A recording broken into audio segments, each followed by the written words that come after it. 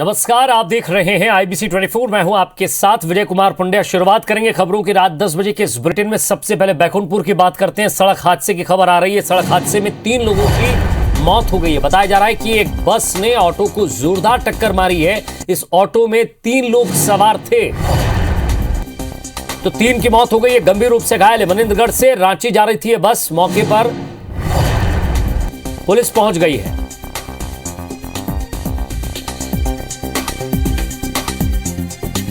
सतीश गुप्ता हमारे संवाददाता हमारे साथ जुड़ गए। सतीश, 3 की मौत हुई है, गंभीर यानी 4 लोग सवार थे। हेलो सतीश, 3 लोगों की मौत हुई है, एक गंभीर रूप से घायल है। क्या अपडेट मिल रहा है आपको? बिल्कुल बिल्कुल। देखिए, मैं बता दूं आपको कि ये जो दर्दनाक हादसा हुआ है और ये बैकुंठपुर के फूलपुर इलाके में नेशनल हाईवे 43 में ये घटना हुई है, जहां पर मनेंद्रगढ़ से रांची की ओर जाने वाली राजहंस बस जो फूलपुर के पास पहुंची थी वो विपरीत दिशा से आ रही ऑटो को उसने जोरदार टक्कर मारी है, जिससे ऑटो जो है वो बस के नीचे जाकर के फंस गया है।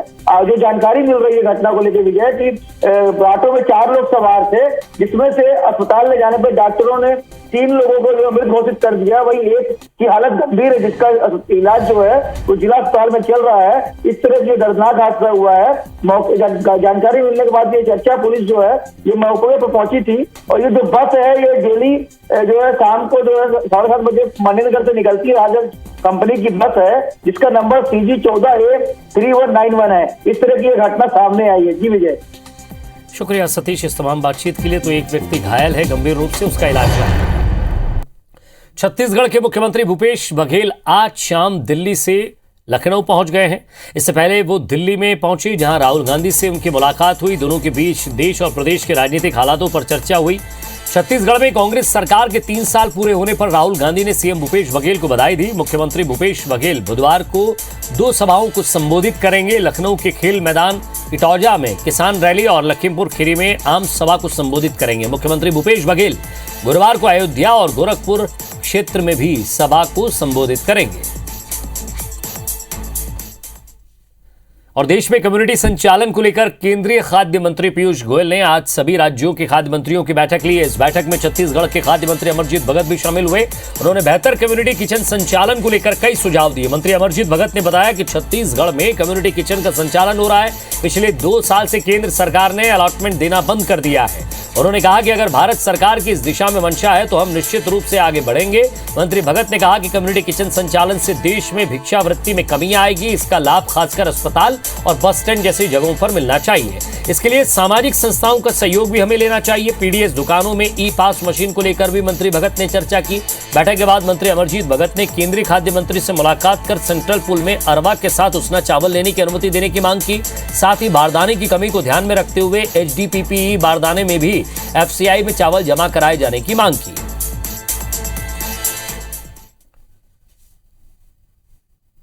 और मध्य प्रदेश में ओबीसी आरक्षण के मुद्दे पर छिड़ी सियासी बहस के बीच पंचायत चुनाव को लेकर तरह तरह की अटकलें लगाई जा रही है। शीत सत्र के दूसरे दिन विपक्ष ने स्थगन प्रस्ताव लाकर इस मसले पर सरकार से जवाब मांगा। सरकार की तरफ से मुख्यमंत्री ने सदन में यह साफ कर दिया कि प्रदेश में पंचायत चुनाव ओबीसी आरक्षण के साथ ही होंगे। इसके अलावा उन्होंने विपक्ष के हर सवाल का डटकर जवाब दिया। इधर विपक्ष के नेता भी इस मुद्दे को लेकर कोर्ट में साथ जाकर समाधान कराने की बात कह चुके हैं। लेकिन क्या मौजूदा स्थिति में प्रदेश में जारी पंचायत चुनाव की प्रक्रिया ओबीसी आरक्षण के साथ आगे जारी रह पाएगी, इस पर भी अब संशय है। मैं एक बार फिर सदन के नेता के नाते इस सदन के माध्यम से पिछड़े वर्ग हो चाहे किसी भी वर्ग के गरीब भाई बहनों आश्वस्त करता हूं उनके हितों की रक्षा के लिए हम प्रतिबद्ध रहेंगे और हम ओबीसी के आरक्षण के साथ ही पंचायत के चुनाव हो, इसमें कोई कसर नहीं छोड़ेंगे। अगर कोई हमारा साथ देगा तो उसके साथ, कोई अगर साथ नहीं देगा तो उसके बिना, और कोई विरोध करेगा तो उसके बावजूद हमारा ओबीसी के हितों के संरक्षण का और आरक्षण का यह अभियान जारी रहेगा। मध्य प्रदेश में पंचायत चुनाव ओबीसी आरक्षण के बिना होगा या फिर टल जाएगा, इसे लेकर पशुपेश की स्थिति बनी हुई है। मंगलवार को इस मसले पर विधानसभा में जमकर बवाल हुआ। कांग्रेस के इस सघन प्रस्ताव पर चर्चा भी हुई। पंचायत चुनाव में ओबीसी आरक्षण को लेकर बहस के दौरान सीएम शिवराज सिंह चौहान ने ऐलान किया कि एमपी में पंचायत चुनाव ओबीसी आरक्षण के साथ ही होंगे। इसके लिए सरकार कोर्ट जाएगी, जिसमें केंद्र सरकार भी सहयोग करेगी। सीएम ने विपक्ष के आरोपों का सिलसिलेवार जवाब दिया। ओबीसी के आरक्षण के साथ ही पंचायत के चुनाव हो, इसमें कोई कसर नहीं छोड़ेंगे। आपका 27% आरक्षण केवल दिखावे के लिए था, झुंझुना था। आपने उसको गंभीरता से लागू करने का कोई प्रयास नहीं किया। हाल में हमने 8,828 पदों पर भर्ती की है और मुझे कहते हुए गवर्नमेंट 27% आरक्षण हमने दिया है, शासकीय नौकरियों में भर्ती कर दिया। हमने पिछड़े वर्गों के कल्याण में ना तो कोई कसर छोड़ी है और ना कोई कसर छोड़ी जाएगी। दूसरी ओर कांग्रेस ने सदन में राज्य सरकार पर कई गंभीर आरोप लगाए। पूर्व मुख्यमंत्री कमलनाथ ने कहा कि सरकार कोर्ट के ऑर्डर का बहाना न बनाए, हम सब साथ कोर्ट चलते हैं। सदन सर्वसम्मति से इसे पास करे कि ये स्वीकार है या नहीं। इससे पहले कांग्रेस के सघन प्रस्ताव पर बोलते हुए पूर्व मंत्री कमलेश्वर पटेल ने आरोप लगाया कि ओबीसी आरक्षण के कारण जो स्थिति बनी है उसके लिए सरकार जिम्मेदार है। सुप्रीम कोर्ट के आदेश के 5 दिन बाद भी पंचायत चुनाव को लेकर असमंजस की स्थिति है। मध्य प्रदेश के पिछड़ा वर्ग के लोगों को जो अधिकार से वंचित करने का काम सरकार के द्वारा किया गया, सरकार की तरफ से जवाब आना चाहिए। वो जवाब बहुत तर्कपूर्ण नहीं था। इधर जबलपुर में राज्यसभा सांसद विवेक तनखा ने प्रेस कॉन्फ्रेंस कर कहा कि उन्होंने पंचायत चुनाव में रोटेशनल आरक्षण की जरूरत के अलावा कोई जिरह नहीं की थी। तनखा ने बीजेपी नेता और उनकी ट्रोल आर्मी पर तथ्यों को भुलाकर दुष्प्रचार करने का आरोप लगाया। उन्होंने मेरे अगेंस्ट दुष्प्रचार किया और झूठा दुष्प्रचार किया, कांग्रेस पार्टी को नीचे दिखाने की कोशिश की। और तीसरा, इन्होंने कोर्ट प्रोसीडिंग्स को स्कैंडलाइज किया। बहरहाल पंचायत चुनाव को लेकर चल रही प्रक्रिया जारी रहेगी या नहीं, इस पर सरकार 1-2 दिन में फैसला ले सकती है। राज्य निर्वाचन आयोग ने ओबीसी के लिए रिजर्व सीटों को छोड़कर अन्य सीटों पर निर्वाचन की प्रक्रिया जारी रखी है। वैसे सदन में मध्य प्रदेश में ओबीसी आरक्षण को लेकर सत्ता पक्ष और विपक्ष एक साथ खड़े नजर आए। गेंद अब सरकार के पाले में है कि वो ओबीसी आरक्षण को लेकर क्या कदम उठाती है। लेकिन फिलहाल जो हालात हैं और सियासी कवायद को देखकर लगता है कि ग्राम सरकार के लिए चुनाव लड़ने वालों को और इंतजार करना पड़ सकता है। सुधीर दंडोतिया, IBC 24, भोपाल। एमपी सरकार प्रदेश में गौरव दिवस मनाने की तैयारी कर रही है। इसे लेकर आगे की रणनीति पर मंथन किया जा रहा है। दरअसल मुख्यमंत्री शिवराज सिंह चौहान ने संकेत दिए हैं कि गांव और शहरों में गौरव दिवस मनाए जाने चाहिए, ताकि इसके लिए गांव और शहर का नाम करने वाले व्यक्ति का जन्मदिन मनाया जाएगा। व्यक्ति विदेश में या फिर बड़े शहर में हो तो उसे सरकारी खर्चे पर आमंत्रित किया जाएगा और उसके जन्मदिन को गौरव दिवस के रूप में मनाया जाएगा। इतिहास बनाने वाले व्यक्ति के नाम पर गौरव दिवस मनाकर हर गांव, शहर और जिले की अपनी पहचान बनाने के लिए वहां की प्रसिद्धि को जग जाहिर किया जाएगा। हालांकि इस मामले पर सियासत भी शुरू हो गई है। कांग्रेस जहां सवाल खड़े कर रही है तो वहीं बीजेपी सरकार की इस कवायद का समर्थन कर रही है।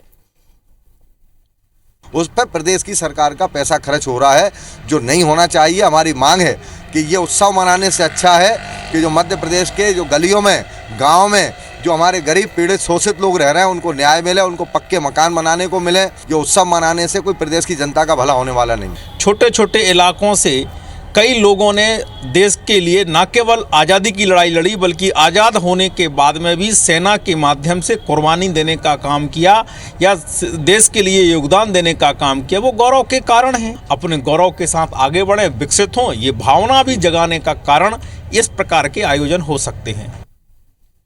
दुर्ग जिले में 4 नगर निगम के 171 वार्ड में हुए चुनाव के बाद सभी 920 प्रत्याशियों का भविष्य बैलेट पेटी में बंद हो गया है, जिसके लिए मतगणना 23 दिसंबर को सुबह 9 बजे से शुरू होगी। राजपत्रित अधिकारियों के सामने अभ्यर्थियों की मौजूदगी में वोटों की गिनती शुरू की जाएगी। दुर्ग जिले में 4 स्ट्रांग रूम बनाए गए। स्ट्रांग रूम में SSB समेत जिला पुलिस बल और रिजर्व फोर्स तैनात किया गया है। तो वहीं राजनीतिक दलों के कार्यकर्ता भी पूरी मुस्तैदी के साथ स्ट्रांग रूम के बाहर डेरा डाले हुए हैं। सभी 4 निकायों की मतगणना 23 दिसंबर को की जाएगी। वोटिंग के बाद जो मतपेटियां हैं उनको 4 अलग जगह पे स्ट्रांग रूम में रखा गया है। उसके लिए जो निर्धारित सुरक्षा मापदंड है उसके अनुरूप सुरक्षा कर्मियों की ड्यूटी लगाई गई। मतगणना जो है वो 4 निर्धारित स्थलों पे होगा, उसकी सूचना सभी अभ्यर्थियों को दी गई है।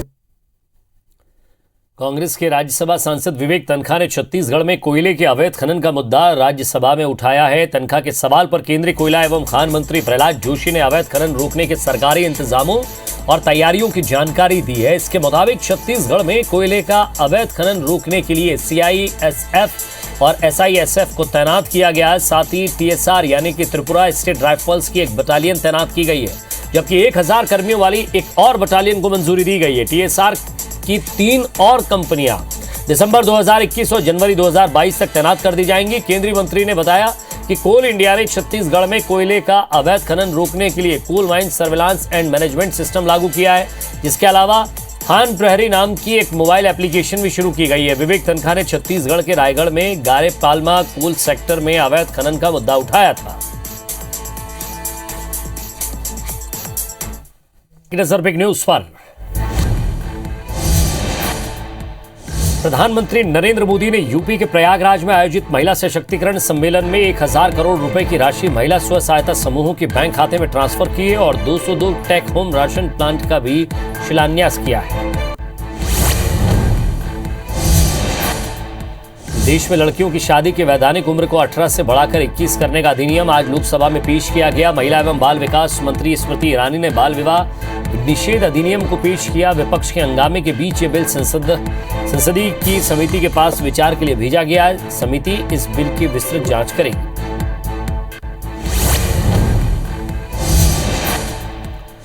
लोकसभा में बाल विवाह निषेध संशोधन विधेयक का AIMIM के अध्यक्ष असुद्दीन ओवैसी समेत कई विपक्षी सदस्यों ने विरोध किया है। ओवैसी ने कहा कि अगर 18 वर्ष के बच्चे मतदान कर सकते हैं तो वे शादी क्यों नहीं कर सकते। अगर 18 साल के बच्चे अपने अविवाहित साथी के साथ रह सकते हैं तो शादी क्यों नहीं कर सकते।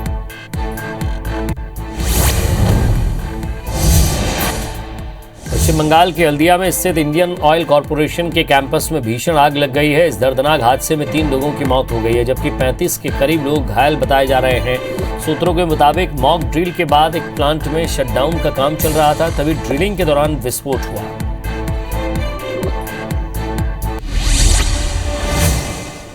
कुछ और खबरें देख लेते हैं। दंतेवाड़ा के बारसूर नारायणपुर रोड पर नक्सलियों ने ब्लास्ट किया, जिसमें एक जवान को मामूली चोटें आई हैं। घटना बोदली कैंप से थोड़ी दूर हुई है, जिसमें एक सहायक आरक्षक को मामूली चोटें आई हैं।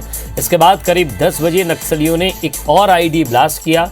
जवानों ने मौके से 5 जिंदा आईडी बरामद किए हैं, जिसमें BDS की टीम की मदद से डिफ्यूज किया गया। इधर बलरामपुर जिले के सामरी थाना क्षेत्र के अति संवेदनशील नक्सली इलाके में पुलिस की संयुक्त टीम ने 7 टिफिन बम बरामद किए, जिसे डिफ्यूज कर दिया गया है।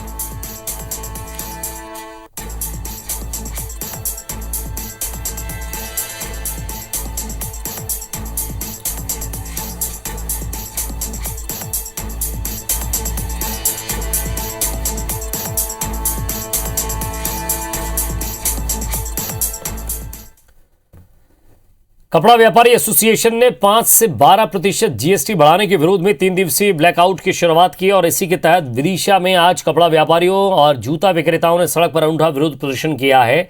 यहां संघ से जुड़े सारे लोग काले कपड़े पहनकर केंद्र सरकार की GST नीति का विरोध करने पहुंचे और शाम 7:30 बजे यानी कि 20 मिनट तक का ब्लैकआउट किया गया। वहीं खरगोन में भी शाम 7 बजे से 7:20 तक दुकानों की लाइट बंद करके ब्लैकआउट किया गया। GST बढ़ाने का विरोध करने वाले व्यापारियों ने दुकान के बाहर खड़े होकर ताली और थाली बजाकर विरोध प्रदर्शन किया।